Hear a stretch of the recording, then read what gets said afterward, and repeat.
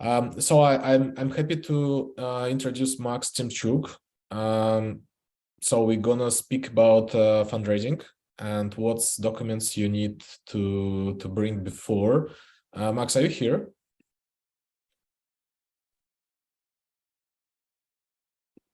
Hi guys. Yeah, Maxim. So like you have like 20 minutes and we're gonna have like block of 10 minutes more for questions. So feel free to use them. Fantastic. Okay, thanks very much for joining, and hope you enjoy. The topic of today's presentation is slippery slopes in fundraising documentation. During my career, I've noticed that lots of founders sort of consent to the terms in the fundraising documentation that's not really beneficial to them, and that stems various problems during the life cycle of the company. And sort of the idea was to guide through on a high level basis through the main sort of things to remember about in the documents, and to have like a brief takeaway of what you need to remember about when negotiating something with their investors. So often people sort of find themselves in a funny situation at the very beginning of the fundraising process with the identity of the investor, especially at the times of the downturn or various economic crises. It's like really like hell broke loose, and founders running around trying to figure out where they're gonna get the financing. And this is where the identity of investor matters, because bear in mind what kind of investor you're talking to. There might be different consequences. Like, for example, corporate venture capital, CVC. They would normally take away the company completely and take away the control completely. Or high net worth individuals, not talking here about angel investors, these are completely different animals, but those guys may be completely hostile in terms of control over the company, or wishing to squeeze into terms into the documentation that are normally not supposed to be there, or venture capital private equity funds that would be like the typical that would lead the typical transaction for financing. So the advice here that I would normally give to founders that you should be careful who you are talking to, because like if you are feeling that you will be running out of cash, it's better to start fundraising sooner rather than later, and try finding the investor with whom you are comfortable with, because getting into the hands of the investor that's like really looking at your company like a lion and the prey, then it won't end well for you. Then after the identity of investor, after you have identified who you're talking to, you'll move to term sheet, and we'll discuss later down the road a few items to remember about the term sheet. Then financing, if there is any, share sale, how it's structured, and the SHA. So let's dive in. On the term sheet stage, what you should remember about is how you want to structure it, whether it should be binding or non-binding term sheet. If it's going to be binding, why is the investor asking for it to be binding? Because normally the term sheets are non-binding, and only certain provisions are structured to be binding upon the parties. So these are confidentiality and exclusivity. These are provisions that you would normally want to have binding. Confidentiality, like this, no-brainer, right? So it's what disclosed to the investor, and how the information between two of you is protected. And the exclusivity, this is more like leaning towards the investor, because like the investor would want to have exclusive relations with you, so that you are not going shopping around for financing. on the one hand, but on the other hand, you have clarity that you're both sticking around and you're both trying to figure out how the financing would work. So this, like, in my view, this is like more mutual thing, and this is what you should always bear in mind when negotiating term sheet. And if someone like sort of proposes you to have like confidentiality, non-binding, etc., so you should like really stand your ground here and be very firm in this two aspects. Normally term sheets would cover corporate governance, bridge financing, if there is any, options, preemptive rights, direct tag-along rights, liquidation preferences. Nowadays, there is more like a trend for one-pager term sheets that would cover like really basic stuff, namely share purchase amount, valuation, and that's it, right? And nothing about the stuff that's included on the governance side of the company or any other rights that's being provided to the investors. And generally speaking, it's okay-ish, because like normally the things would be negotiated in the transaction documents, or the investor would just roll out their own transaction document package, and they wouldn't really expect founders to battle over those. However, I would normally advise to go through the documents in a detailed manner, especially if you have time in terms of fundraising. And here, see slide number 1, start preparing your round earlier rather than later. So in this relation, I'm more adept to including all this stuff into the term sheet, because it gives you more of like framework in terms of discussions with your investor. And that's always good to have this documented at the initial stage, at least at the high level, as later down the road, either you sort of be able to refer to the term sheet and say, well, okay, we negotiated this framework, so we have to stick to this, or you would be able at least to sort of to understand whether this investor thinks like you and you are comfortable with this investor in terms of living together in one company. Speaking about bridge loans or convertible financing, so a few things to have here, to remember here. These are the time frame when you'll be getting cash. Financial documents may be very tricky in terms of like setting out the various conditions or time frames, business days, non-business days, for cash injection into the company.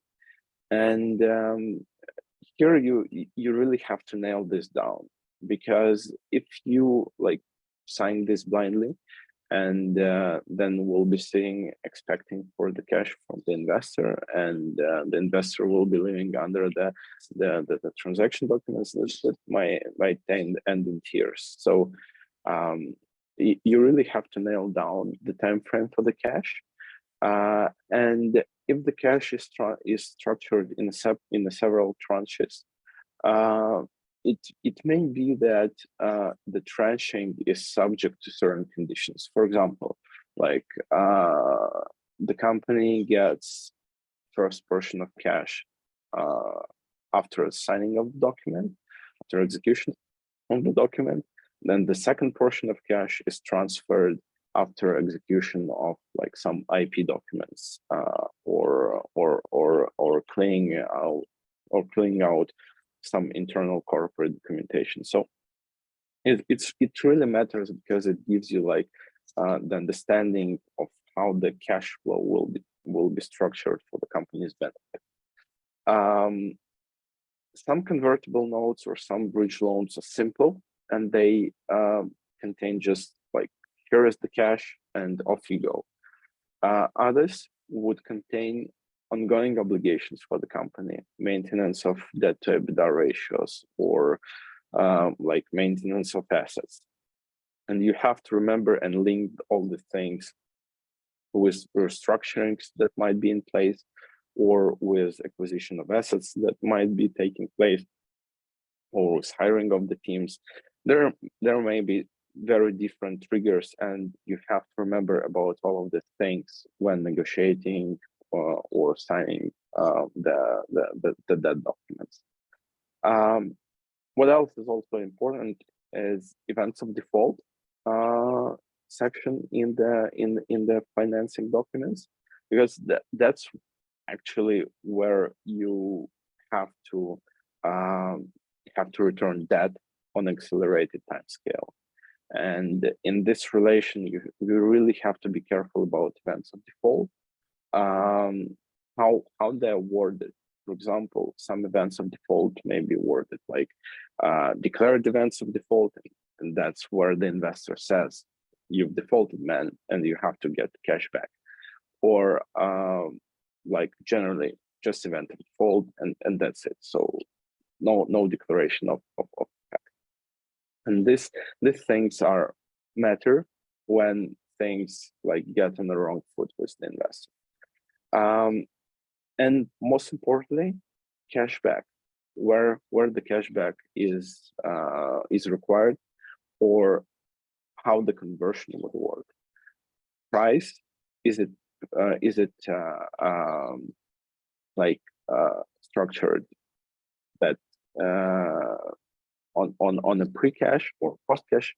So that's really different. That really matters in terms of like structuring the conversion and the terms of conversion. The terms of conversion, meaning that whether you have to have the negotiated SHA in place, or you just sort of adhere the investor to the main corporate documents, main SHA, and that's it. That's really different, and that's the really different dynamics in terms of negotiations with the investor, because this here is important, that you will not be able to convert the investor on an automatic basis. So be careful around structuring all the things in the transaction in the financing documents. Then moving on to share purchase. Here it's like a more simple, and I think this is the simplest document in the whole package that's rolled out for the transaction. Things to sort of bear in mind here.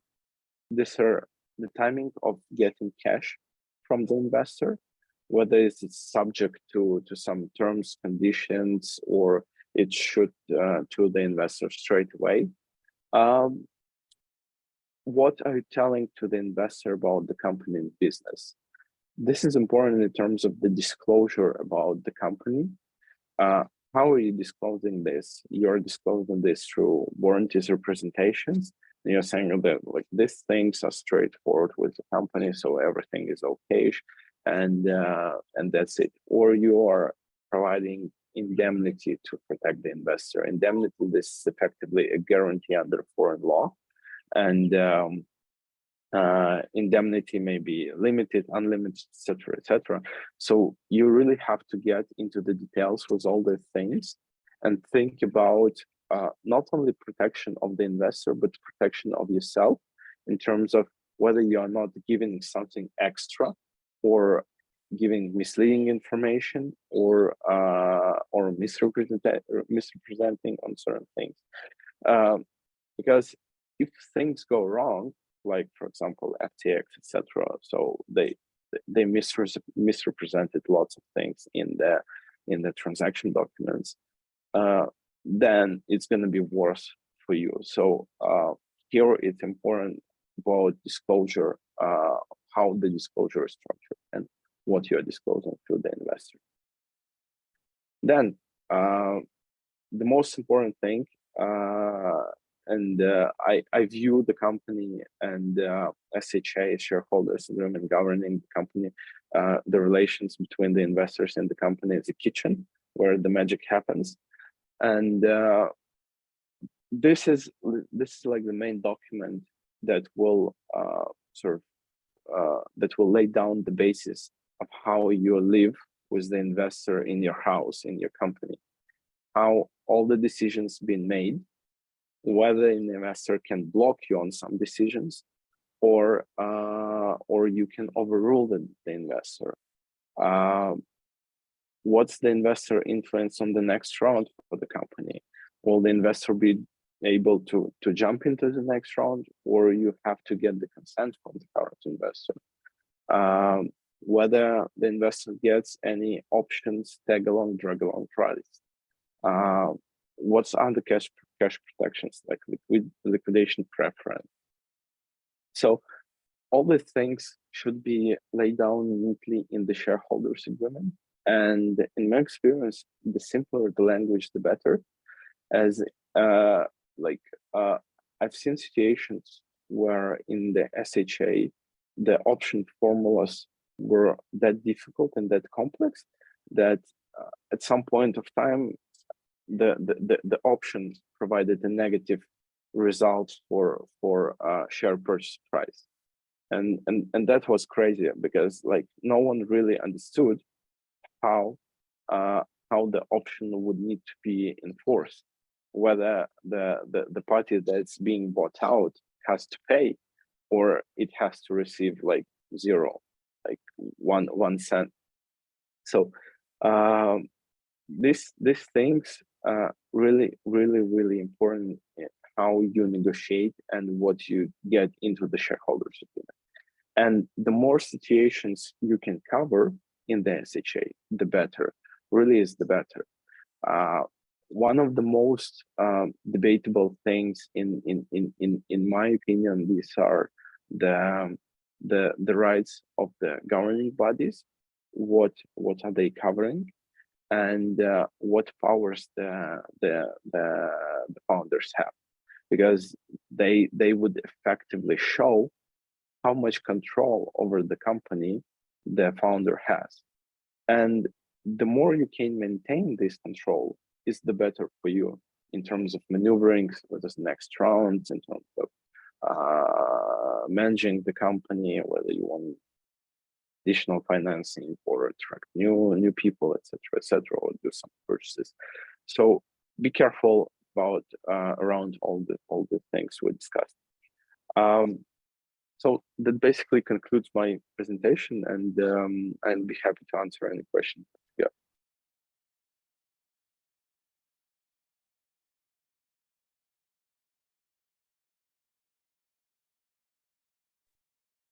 Thanks a lot, Maxim, for your fascinating speech. I see that Dima already have a question.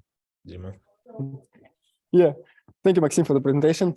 Quick question: if a startup on a pre-seed stage makes with US registration makes just traditional post-money safe, what should you consider as a startup, as a founder in such? I mean, is it really just one document downloaded from YC website, or you still have additional like term sheets or something else in this case? Thank you. Yeah, good question. Thank you. Actually, yes. So this is just one document that can be used from the YC website. They have a quite robust template that's like many people have seen, and they understand that this is a market standard. A few things just to sort of to take a look at the documents again, and this document again, is how the conversion is structured. Whether you just automatically squeeze in the investors into the company, main documents being articles of association, SHA if you have any in place, or you have to sort of negotiate with them. Normally, I think, if I remember correctly, it's structured in fairly automatic way. So you'll just sort of on the conversion date send them adherence to the main documents, and they just countersign it, and that's it. But do remember that when sending them the draft for execution of the save, it's better to disclose the main documents as well, because in this way you would avoid any sort of discussion that, like, well, we haven't seen the documents, etc., etc. We cannot adhere to them blindly, and that type of stuff. Okay, thank you. I have more question about the process. How long it usually takes to do all this dance around the investors and come up even with the SHA, according to your experience? Look, it's very different. And every transaction is very different. I've seen transactions where the SHAs were negotiated and put in place in a matter of just 2 or 3 days, and these were not just like 5-pager documents. These were like 30, 40 heavy lifting documents. So normally the pace I would expect from the transaction is like around a month. So when you get from the term sheet stage to the executed SHA, it can be done faster, but that would require more resources from everyone, more will.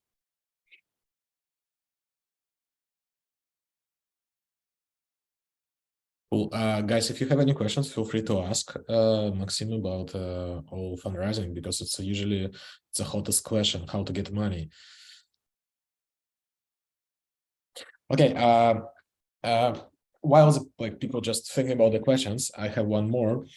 So if you're, let's say, not experienced investor, and you want to invest in certain like projects which going to be like United States based, what you're supposed to care about, like maybe like 3-5 major stuff?